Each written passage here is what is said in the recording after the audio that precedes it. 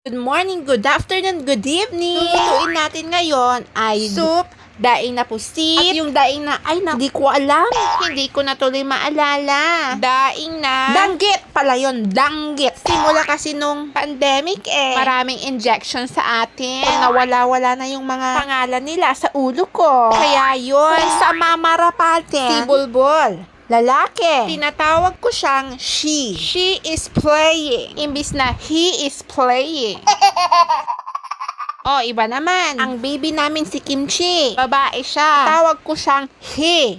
Bakit he? He is eating. Ay, nako. Iba na talaga yung utak ko. Para bang nagmamigrate na. Nagmamigrate. Oh, siguro dito yung, stroke. Stroke kasi ako. O yan, galing kami sa eskwelahan ni Zach. Ate Jill naghatid. Tapos, pag uwi namin ng bahay, wala pa si Wendell or Ate Guada. Kaya wala pang almusal. Gutom na kami, gutom. Tapos yan, habang nagluluto ako, dumating na si Ate Guada, dumating na si Wendell. Oy, Wendell, timplahin mo na green tea at milk. Milk tea. Kaya yun. Kaya unti-unti na tayong tumataba.